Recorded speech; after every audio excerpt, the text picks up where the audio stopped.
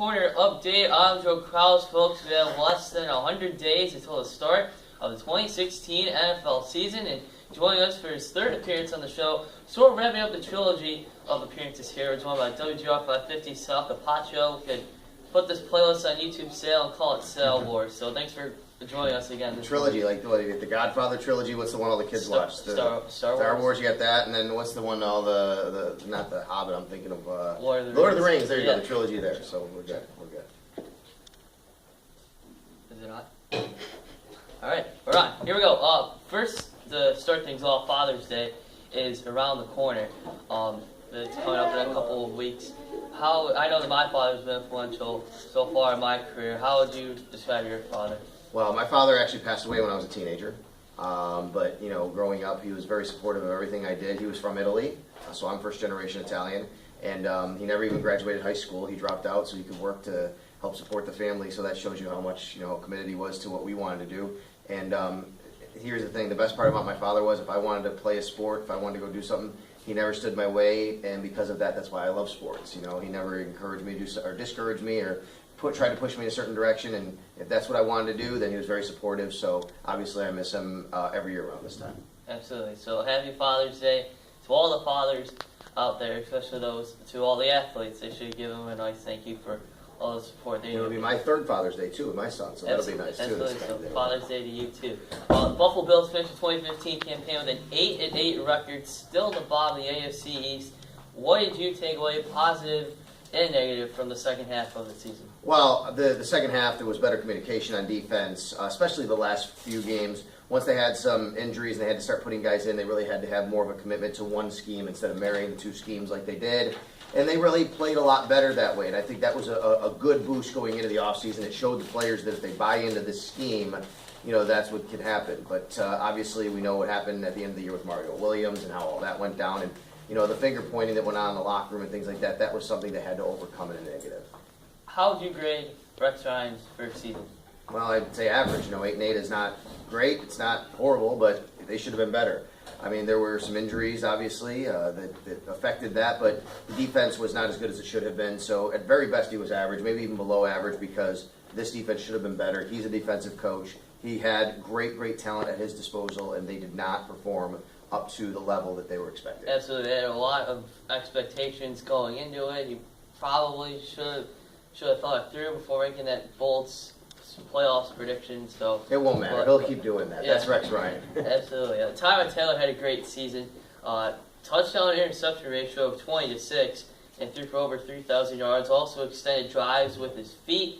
So what should he look to improve upon this upcoming season? Well, one thing he's already looking at when we've been out there at OTAs is he needs to improve in the middle of the field. When teams have taken away the middle of the field, that's how they've stopped him. They've forced him because of his size, his stature. He's not great at throwing over the middle, but he can get it done, and now they have to, I think, advance him to the next level there. He's good on the sidelines and things like that. He's good when he moves around. They've been working on that in OTA, so I think that's something. I'm going to make a prediction, though. Those TDs will go up, but the interceptions will go up. So I think the more that he gets on his plate, the more chances he takes, so I think you'll see both those numbers climb. Absolutely, and we'll get to the OTAs in just a sec. But time to take one of our Twitter questions here. Some of our fans went out there and used the hashtag AskSal. This one is from @NCrowds33. He wants to know who is likely going to get a contract extension during the upcoming season, Tyrod Taylor or Stephon Gilmore? It's a great question. I think that this is getting tricky with Stephon Gilmore here. Because of the Josh Norman deal that he signed really screws up the Bills and what their evaluation is of him and their negotiation is with him.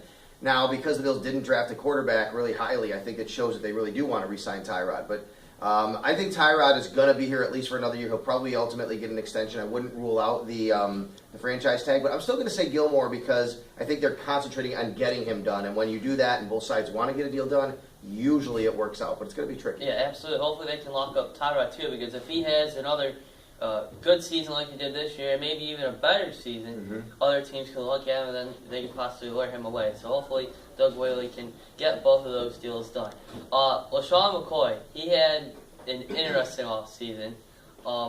How would you evaluate his work from last season, and what does he need to do to maybe regain his trust from not just the organization but also the fans? Because the whole fiasco during the night of the Super Bowl probably was a big embarrassment for the team, would you say? Yeah, it was obviously at the time, hopefully, and it looks like he's not going to be suspended by the league. That'll help the Bills, obviously. Looks like those legal issues are behind him. But, LaShawn is a guy that likes to, he likes to have fun. He loves Philadelphia. That's his city where he played. He loves to go back there. He just has to be more careful about the things that he does and who he chooses to hang around with while he's there and how he puts himself out there. And I think that's step number one. But, there's never been a question about his commitment here in Buffalo. He didn't miss anything last year. He hasn't missed anything this year. And I'll tell you, he looks really good out there in OTAs. He looks explosive, the way he's cutting. I think he's going to be healthy going into training camp. That's really good. And I think that, if he can stay on that track, he'll have a really good season. And the running game was one of the big positives of Greg Roman's offense last season. So do you think the running game's obviously going to be there again? Oh, yeah, for sure. This is very rare, Joe, in NFL these days. Do you have all 5 starting offensive linemen end one year and start the next year with the same offensive coordinator, with the same quarterback? So that's going to help that group tremendously.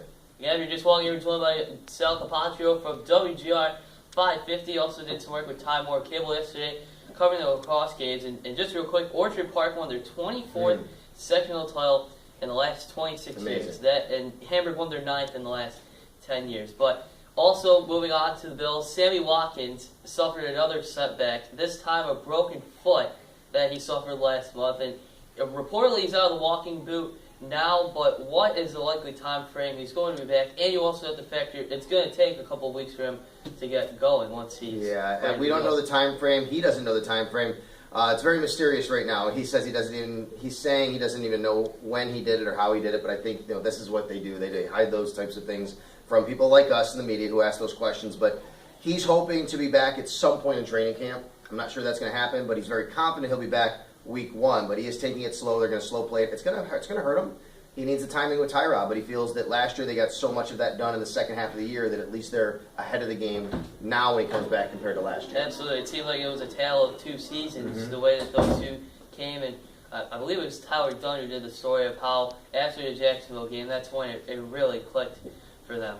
But in the meantime, who needs to emerge at the top of the depth chart? Because Robert Woods, he's shown glimpses of being productive, but he's still lacking the consistency. Charles Clay had some games where he was loud, especially against Miami, but there were some games where he wasn't as productive. And Chris Hogan signed with the Patriots, so there's a big gap there on the outside. But who needs to emerge this season? Well, we don't know what's going to happen with Marquise Goodwin. He's going to the Olympics probably as a long jumper, and he's going to miss some camp time. Also, he hasn't been able to stay healthy. I think the team likes him, but you can't rely on him necessarily to be on the field. So you got Jarrett Boykin, Greg Little, Greg Salas, and I think Des Lewis is a guy they really want to get a good look at. They drafted him last year, so it's going to be a very interesting competition for that number 3 spot. And also Colby Listenberry, the 6th-round pick from TCU. It seems that he could make an impact with his size, so we'll just have to wait and see. Let's shift to the defensive side of things real quick. The team has a year under their belt with Rex Ryan's scheme, and Jerry Hughes, for example, especially him. He mentioned earlier this week that the guys are already picking up the system compared to last year. So who needs to have a big year on the defensive side of the ball? Well, I think obviously Preston Brown needs to step it up from his linebacker spot. He did not have a great year last year. Him and Nigel Bradham both were kind of off. Nigel's gone, obviously. But Preston, both from a physical standpoint and a mental standpoint, he has to be more of a leader. He has to be more vocal. He has to be able to set the chess pieces, so to speak, on defense. So does Reggie Ragland, the new guy from Alabama. But I think those guys are very key in the middle. Rex Ryan has to have good linebacker play because the way his defense is structured, the defensive line eats those guys up, and then they go around and make plays. Absolutely. Reggie Ragland coming out from Alabama, it seems that it could be an easy transition because Alabama pretty much runs the same team, the scheme as Rex. But Shaq Lawson, the team's first-round draft pick, is going to be out 4 to 6 months due to shoulder surgery. And while he has the talent, some teams did have a red flag on selecting him that high. Do you think he was their best option at 19th, with the 19th pick that night, or should they have gone in a different direction? Well, I think that if he's only going to miss 4 or 5 games to start his NFL career, and then you're confident he'll be healthy and have a good career after that, then it is a really good pick and the best option, because the draft isn't about the first 4 or 5 games of a career. The draft is about 4, 5, 10 years coming up, and I think that happened. And you know what? Getting Reggie Ragland in the 2nd round underscores that it was still a good pick. You still got both those guys. As well as Adolphus Washington in the 3rd round from Ohio State.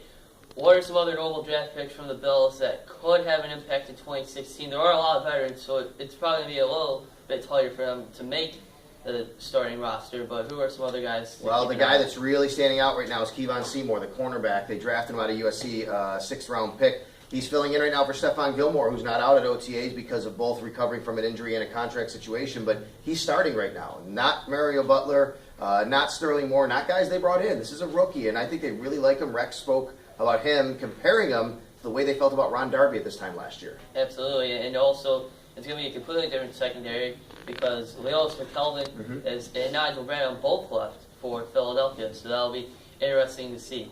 Quick thoughts on the Buffalo Sabres. I know you followed them a lot during the season. It was a pretty good season. Jack Eichel and Sam Reinhart doing their best as a duo, and Ryan O'Reilly earning every penny. So what were your thoughts on how the season went? Well, I think that they did exactly what people thought they would do, which is have a big increase but still not contend for a playoff spot, because we knew that they were going to be in this first year of a finally rebuilding up instead of going back down. They have great talent on this team, but now we're in full Steven Stamkos watch. You know, what's going to happen? Is he going to be a guy that can sign with the Buffalo Sabres? We all want him to come here and help the team, but we'll see what happens. They're on the right track, though. Absolutely. It'll be an interesting offseason to see.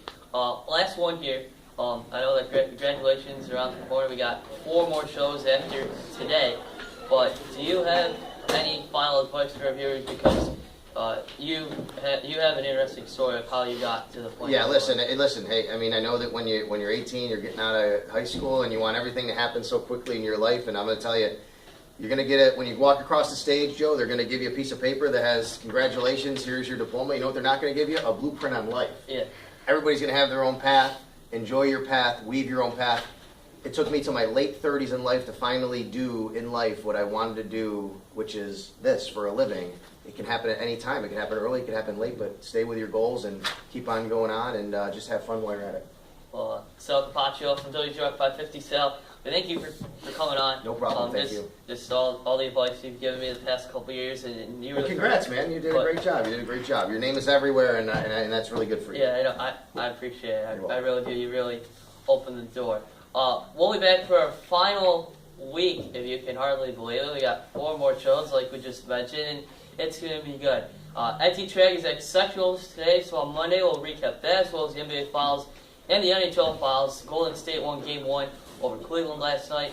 By the way, real quick, who do you got for that? I took Golden State in 6, and so far after last night, looks like them at least on the right track there. Yeah, great minds think alike. I picked them too. But we got our Player of the Year polls coming out this afternoon, so be sure to vote, because on the final show we're going to have them in studio. We're going to make them a little certificate, and it'll be fun. But our year review show from all the best highlights from the Lumberyard coming up on Monday, and it'll be fun. So, for Sal Capaccio, I'm Joe Kraus. Have a great weekend. We'll be back right for this.